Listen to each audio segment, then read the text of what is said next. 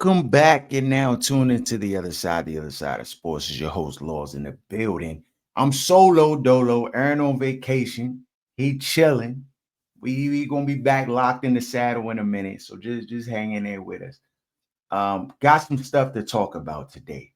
We gonna get into it. It's been a while since the news circuit was rocking like this, but we finally here. Before we get into anything, football season is almost here, people. I just want y'all to know that we can we the best of the best over here.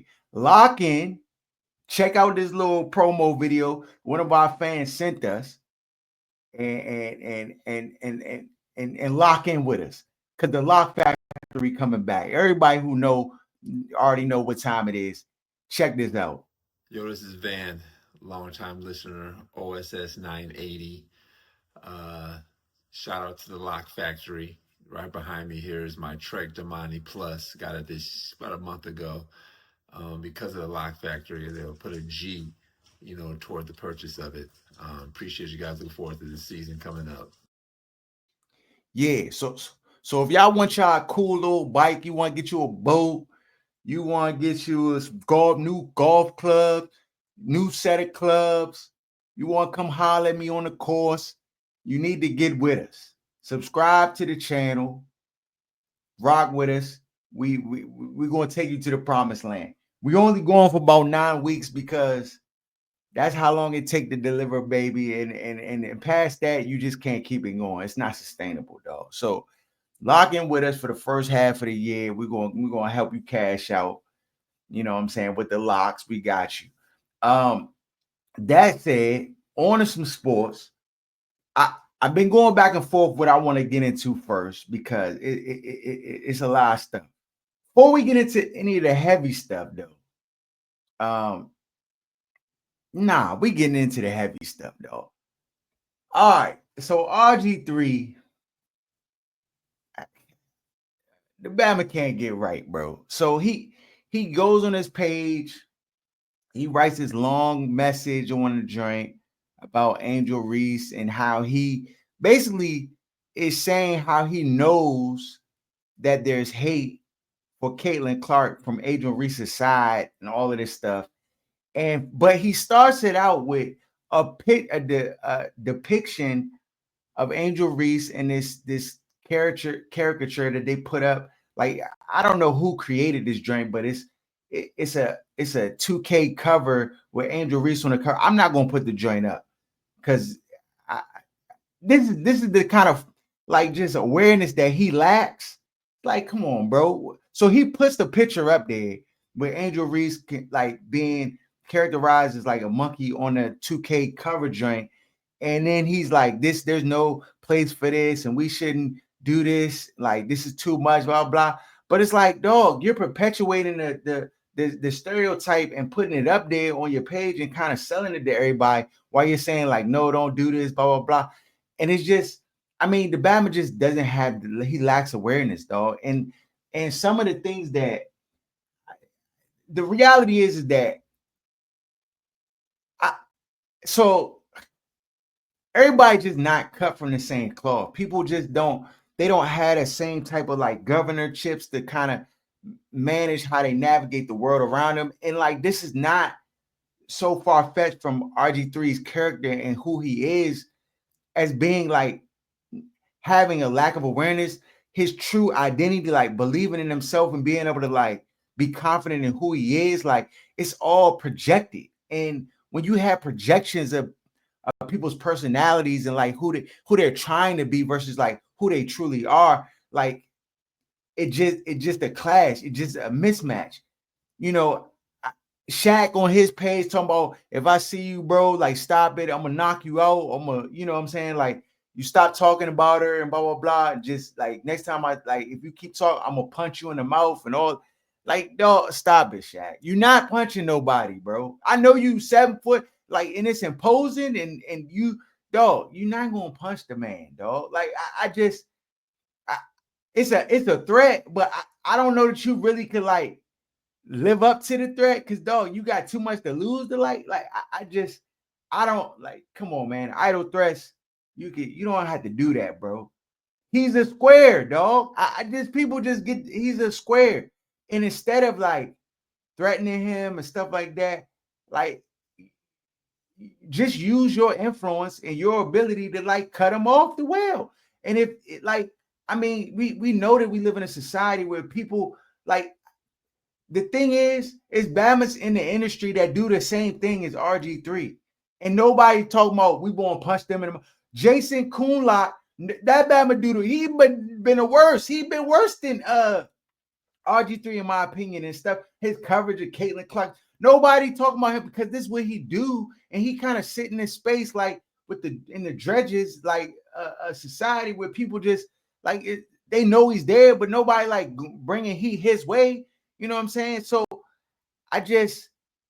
I'm not even saying y'all gotta leave a man alone. I'm just saying that you can say your opinion. You know, Ryan Clark on his joint talking about him and all like that. But dog, squares are squares, dog. It just in high school, Bama's who would just like squares and they would say stuff.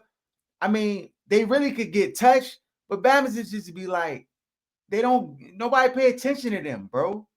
They don't pay attention. And I know that Angel Reese, like she a little hood, so she probably like, you know, trying to figure out how to navigate the situation and like without causing too much of a stir. I mean, I think it's good that she's getting advisement, like just not to reply or not to respond to the joint or whatever, because there's no point. But like, unless you're gonna have some real goons, which most of y'all had too much money to be messing around with real goons, like run up on them in a spot, like then you ain't got to worry. Like you know he gonna be hands up. He had hands up. My bad. That's how it's gonna be when you see. I remember one time I was driving, dog. I'm driving on the street. I'm dressed regular, like I'm much younger. I'm not like I every once in a while I get a little flare. But I'm driving. This Batman going look. He going like I don't know what happened. Like I might have. I don't know. It was traffic situation. That's just what it was. Batman started flaring up. Like I could see him flaring up in the car next to me. Like he like getting rah. So I'm like, bro, like it's not whatever it is, it ain't that serious. So the Bama, like, he's starting to go to next levels with the joint. Hands up, fingers at me, and all like that. So I'm like, I'm trying to be cool, dog. I'm trying to stay in my lane and just whatever. But then once you flare up like that, and you flare up in a way where I feel like I'm threatening a little bit, like you gonna do something, then it's time to do something. Then we talking about flaring up. Let's flare up then. So I'm out the car. I'm like, what's up? Batman at the window. Oh, Bubba, I'm sorry. Boo. I'm like, dog, don't flare up like that then. Relax. If it's just then just, say your piece and keep it moving. But when you flaring up, like you want to take it to the next level, we can do that. What I'm saying is that RG don't want to take it to them levels, dog. Like he not trying to take it to them levels. The Bama just trying to be liked, honestly. I think he probably thought that was going to get him some, his mind be twisted. He thought he probably was going to get some love off the drink, that he trying to stick up for her in some type of way, whatever. But the Bama, he just not. Y'all got it. This Bama just stop expecting milk from a bird, dog. It just don't. It's not going to come out. Not going to get milk from a bird, dog. Milk come from cows only, bro. I really don't have. I had low expectations for RG3 to be like, on point with his coverage or saying whatever he's going to say. And so I don't think people need to like really just give him any kind of coverage. Like all this coverage is actually partly what he wants, dog. Ryan Clark on his page and everybody like speaking about him, Shaq talking about him, like, Angel Reese might be trying, her family members trying back.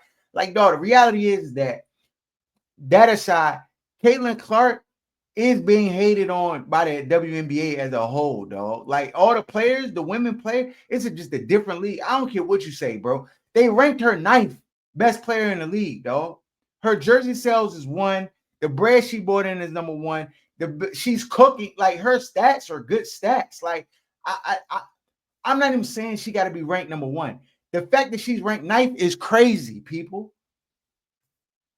Let me just check, dog, because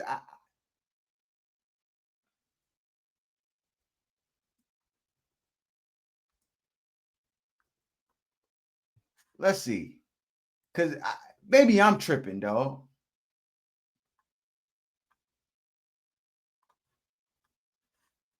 Maybe I'm tripping. You see, come on, man, move all this stuff out the way.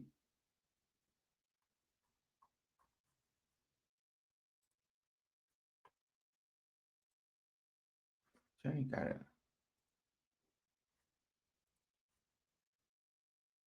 All right.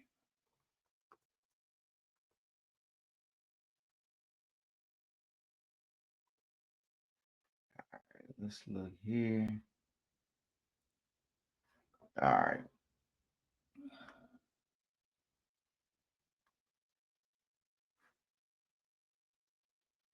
Let's see here.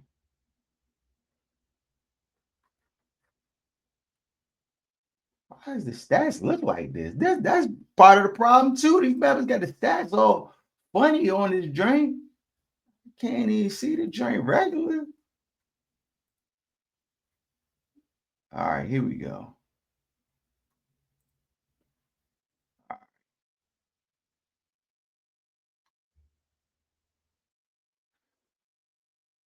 Points. All right. Caitlin Clark. He ain't averaging double digits on here with.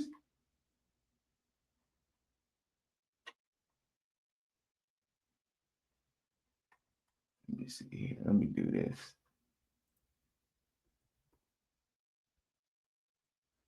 Let's do this. All right, 16, 5, and 8. That's a solid number. I'm not saying she the best player in the league, but we not. But I don't. I don't think she's 9th. Yeah, I don't think she's 9th. Where she not on here? Why they don't have? Oh, this joint is not right. Oh, so yeah, I don't. That joint. The WNBA guys fix their stats on the joint, dog. This joint looks stupid. Um, yeah. So I mean, 9th best. I don't know about that. And maybe it's a perception. I don't watch enough WNBA basketball to be able to tell you. I mean, Aja Wilson, I'm probably put her at the top as the best youngin in that joint, just because of where she is with the chips and how she played. But I don't, I, I don't know. 9th, I don't know if that. Y'all tell me. Matter of fact, y'all tell me who name 9 players that are better than Caitlin Clark in the WNBA. Help me, because that's what they ranked her amongst the players. The media and the press and everybody else had her much higher. So the fans, I mean, the fans don't necessarily count because they're not, but they got to rank number 1. The fans got to rank number 1. The media got to rank number 3, I think, or something like that. Then the players got to rank 9th. So maybe I'm missing it. Maybe I'm missing it. So help me. But whether Angel Reese hates Caitlin Clark or not, like, yo, there is like some hate against Caitlin Clark. Like, we're gonna be honest, dog. They pushing her down, doing all this extra stuff. Like, I don't know why. They're hating on her against their own interests. I don't know, bro. I don't know. But that has nothing to do with RG3 being a gump. Like, the Bama's a gump. So it is what it is. It is what it is. Now on the so Terry finally came out and spoke. I guess he was interviewed with Chick Hernandez, looked like, was talking to him. And Terry just finally just expressed, like, the talks haven't been going the way he wanted them to go. He's been unhappy with how they've been going with the talks, and he's not like, he's not feeling value. And I just don't think that the Washington Commanders can afford to have this this type, like you cannot have your best guy on offense outside of your quarterback feeling this way, dog, about a contract extension. And I don't care. People are like, dude, well, he's 30 and you want to pay. Dog, I don't care about none of that. You cannot go into the season without Terry McLaurin, dog, or a true number one wide receiver. You all the goodwill you've earned up to this point, Adam Peters, you are on the brink of losing over one move because this move is significant.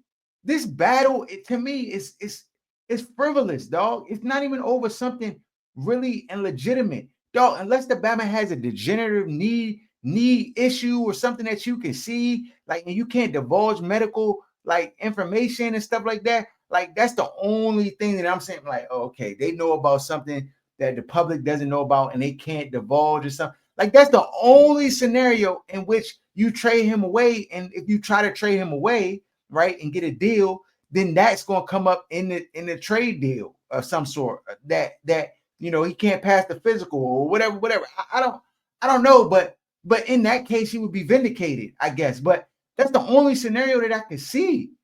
Like, there's no other player you could trade for where I'm like, oh, okay, all right.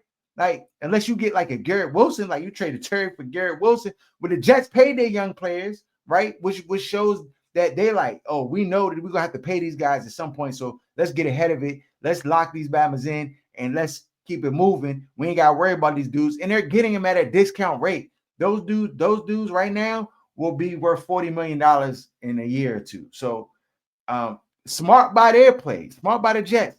The Washington Commanders, like, dog, the money, you can't, this is not no time to penny pinch right here. I'm not saying he worth 35 million, but I'm saying 32, 33.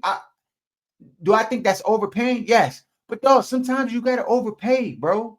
Like the team and the trajectory where the team has moved to at this point in the again, I'm not saying you got to do this for every player.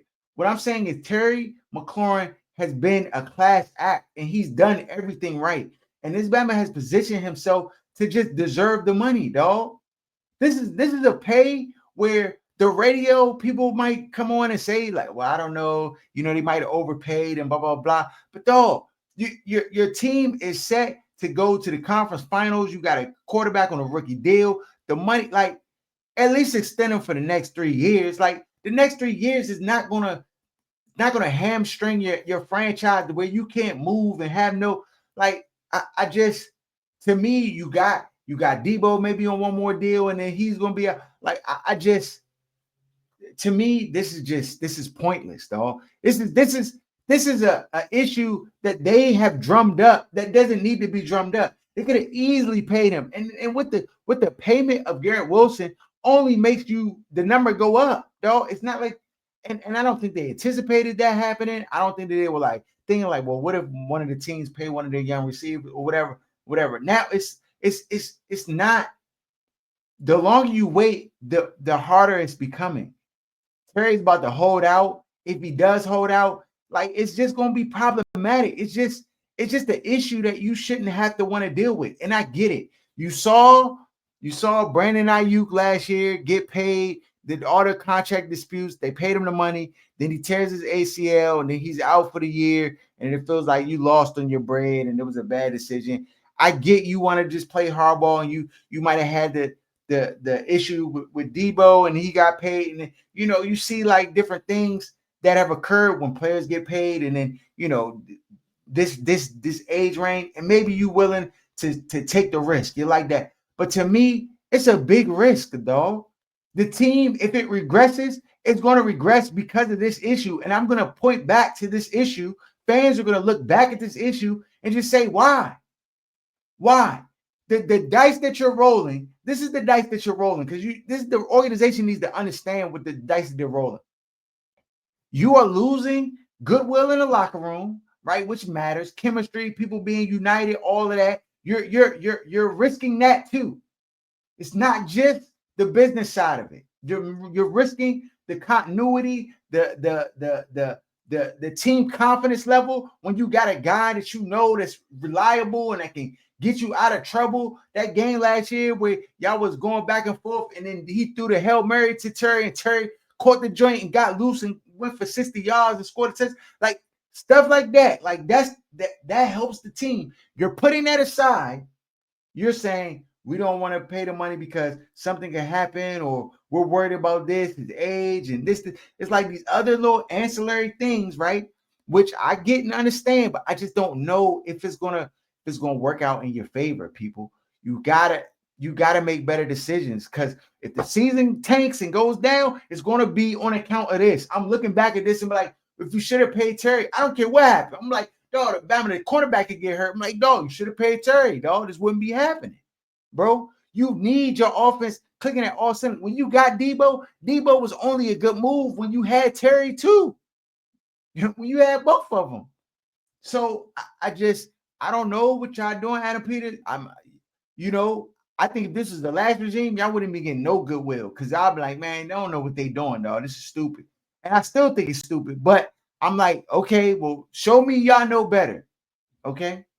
Because right now it doesn't look that way. Yeah.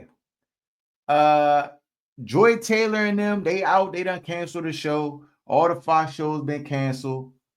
The Speed, Eric, the joint with Paul Pierce, Keyshawn, that joint dead.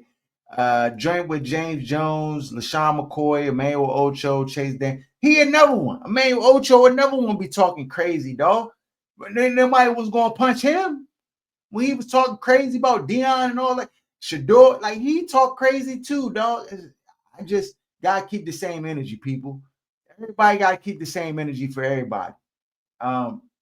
Yeah, but they canceled the show. Basically, everybody's believing that it's because of the Joy Taylor situation, scandal with her and Emmanuel Ocho sleeping together, and the whole scandal with the execs, and Skip Bayless trying to pay the youngin $1 million so he could get to hit the skins, and just a whole bunch of funny business. So I guess that finally, the whole situation finally came to a head, and they was like, yeah, we gonna cancel them shows, though. They canceled another show too, one of the early drink breakfast ball. I ain't never watched the drink, so I can't even tell you who on the drink. I think Mark Slariff on there and somebody else, but it's trash.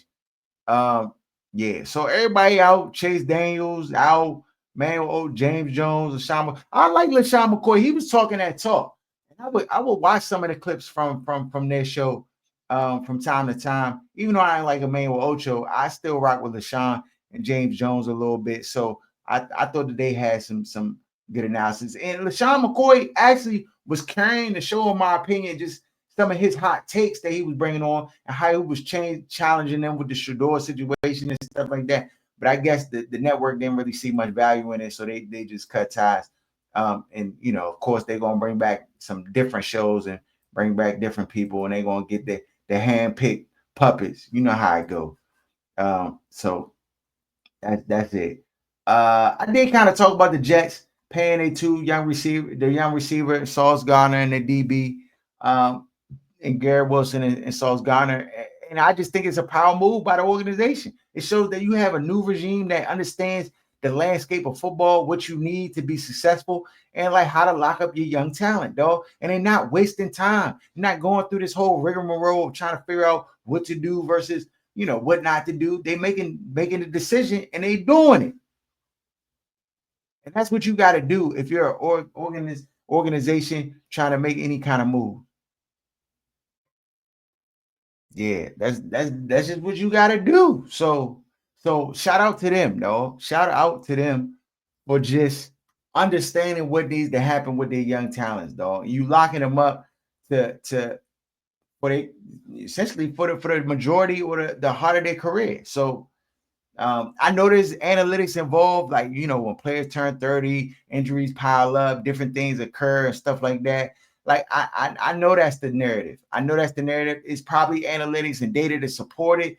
But dog, like I don't know what's going on in the negotiation rooms, and I don't think you can necessarily say all of that to the public, which I don't necessarily think needs to happen. I mean, it's tough on an organization, from the organization's end, if they're seeing things that just are problematic that they just don't want to be a part of, or they just want without like getting a backlash from the fans, right? There's things behind the scenes you can't really account for that they're looking at that we may not be looking at as just casual fans that's help, prompting their decision-making process. But dog, from our vantage point, I'm like, even with all that, even with the analytics and all of that, like I said, unless there's a degenerative like thing in which I think you just need to present that in a negotiation. Like, hey, we see this, boom, boom, boom, and this is why we want this. And if anybody has a mind, they're gonna be like, yeah, this is gonna kind of strip me of like the ability. Like, you can't overlook certain things and like, boom, we're just gonna pay. I don't know. It doesn't seem like that. It seems like everything is square, and they just, they're just anticipating things happening, and that's why they're dragging this along. And I don't know why they can't meet on a number of negotiation. Is Terry too high? Is the organization too low? Like, just find a middle ground, dog. It's easy. If you want 35 and you want 30 or 28 below 30, dog, meet in the middle, 32.5.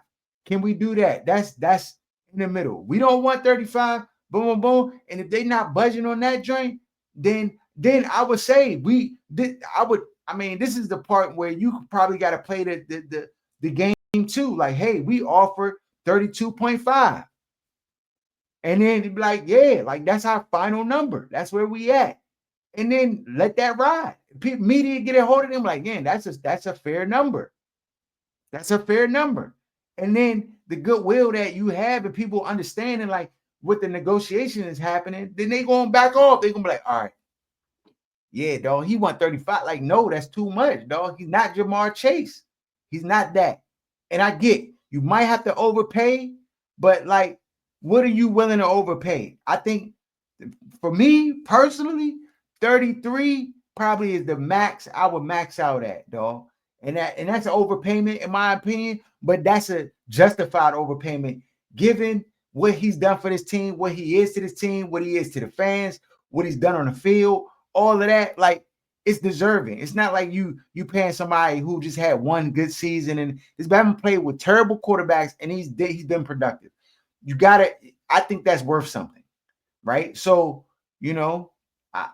like again, 33 is more than I want to pay. I probably am closer to 31-ish range, 31 and a half, maybe 32. But if I gotta overpay, 33 is my cutoff. Like, that's where we had to stop. Not going above 33. 35 is absolutely out of the question. And if that's what they're asking, I'm just going to say no. And I'm going to say this is the fair price that we're going to pay. This is where you slot in this. And this is accounting for the adjustment of like years, like the next year and where it would be. You know what I'm saying? If you were franchise tag, all of that, like this is where we at with the numbers. And I would just break it down from a mathematical standpoint, dog, and just say this is what it is. And like, we're going to give you the 90 guarantee or 92 and a half guarantee, 93 and a half guarantee, whatever, right? To make the numbers work. And then you be good. You go off into the sunset and just keep being you. That's it. Done deal. It's easy, people. It's easy. I'm calling them every day, next 5 days, like, look, bro, what's the number? Like, no, we got to come down. Look, this is why we here. Boom, come into the office. Let's sit down, talk. Let's go. This is where our analytics, like, the negotiations where you're trying to hide information and trying to boom, boom, boom. Like, no, not with Terry. Maybe with some other dudes, but not with Terry. We're going to bring it. Look, this is what we're looking at. Look, 176 players, once they turn 30, they got a major injury or something happened that derailed their career, blah, blah, blah. Like, we just looking at the data. And we're not saying that this is going to be you. You might be the outlier, right? You might be in this percentage, but we're accounting for that in the money that we're paying. So this is what we want to do. We want to pay you. We want to pay you amply. We want to make sure that you set, you good. You know what I'm saying? But at the same token, we don't want to hamstring our franchise. We also don't want to be at a deficit if something happens to you where we feel like we just out. Like, and that's just the reality. And like, you can understand that. And you'd be like, look, we doing business with you. And then we trying to do right business with you. And we're trying to value you where we believe you're valued. You're a top 5 receiver in the league. This is going to put you in that space. Put him in the top 5, dog. Put him there. That's it. Just put him in the top 5. Who's the top 5 pay receivers? Let's look at it right now.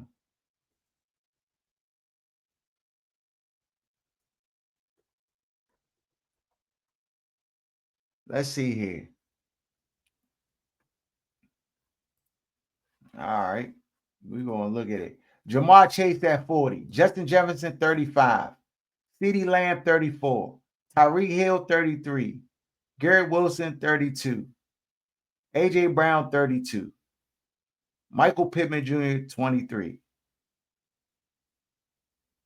I think there's some 30 guys that are missing.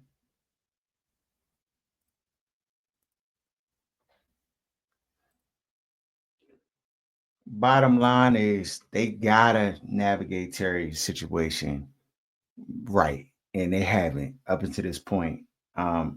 Yeah, I just to me that's how you got to navigate it. You got to put all the cards on the table and just be square and like really like stop the third party negotiate. Just bring Terry in and his guy, his agent in, and let's just and talk.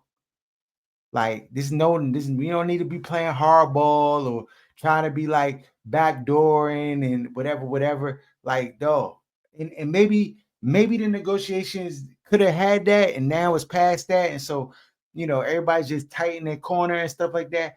But like, this is a negotiation where you got to get it done. You got to get it done. Um, yeah, that's the only scenario that I'm like, you got to get it done. You got to get it done. We cannot go into this season with Noah Brown as the number one and Debo is a potentially number one receiver. Like, no, bro, that's not gonna work, bro. Jalen Lane, I know he's young. Luke McCat, no, bro. No, none of them dudes is number ones. None of them dudes is number ones. Debo's not a number one. The Bama hand, he got dolphin hands sometimes. This Bama don't he is he a good player, but he's not a number one receiver, people. So that's dead. Don't even put that in your head. Yeah. So that's pretty much it. That's all I got to cover. Oh, I did listen to the Clips album, and I do got a critique. Clips album, dog, elite level rapping. I'm just gonna say that elite level rapping. These dudes can rap. Malice came back. You ain't missed a step, dog. The flows is impeccable. The rhyming, timing of the rhyming, it's incredible at a very high level.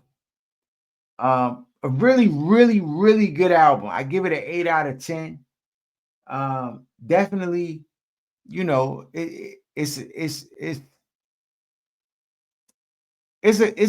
good album for the culture. I mean, Pharrell produced all of the joints. I would have, I preferred if they had some other production influences alongside it. Like let Pharrell do like 60% of the production, and then 40 just like outsource the different people, maybe like Conductor Williams or Alchemist or someone like what I'm saying, some joint like Maybach Music or somebody like just outsource a few joints to make it really, really, but it's still a strong product. The beats they all really good, but it's the I mean clearly Pharrell and like the Clips, that whole like idea. I just think you know what it is. You know what you're getting. There ain't nothing you're gonna hear on the black. Like this is different. Like, oh, I never heard like it's all stuff you would expect to hear from them. And it's solid, bro. It's a solid album. Like I said, I give it an 8 out of 10. The bars are elite. The rhyming is top level. The beats are good. Um, there's a couple banger joints on there like that. I'm like, oh, this joint go. But all in all, like it's solid. It's a really good album. It's a really good album. Um, so yeah, that's it. Follow me at OSS 980 at Other Side of Sports. Yeah, give me your thoughts on all the stuff. I commented on a bunch of stuff today. Give me your take on this Terry situation and what they need to do. Give me your take on RG3. Is he a square trying to be a circle? I mean, he just, yeah, bro. Give me your take on Caitlin Clark. Is she being hated? Is Caitlin Clark being hated on by the WNBA? Are the WNBA players and stuff? Like, is that the case? I mean, Bama's ain't like Jordan, but Jordan, like the league, at least the league as a whole, supported that man to the utmost, dog. He had commercial deal, everything, bro. So I just, yeah, I saw Caitlin Clark jersey in the Dick's Sport Goods. I'm like, oh, that joint, they out here, dog. I ain't never been paid attention before. Now, like they're relevant. So you want to keep that momentum. That's all I'm trying to say. Anybody, any other stuff that I spoke about today? Yeah, go ahead and chime and let me know. I know a lot of y'all like put stuff in the comments, and I rock with you heavy because I read the comments. I'm always locked in and I respond. Yeah. I'm out.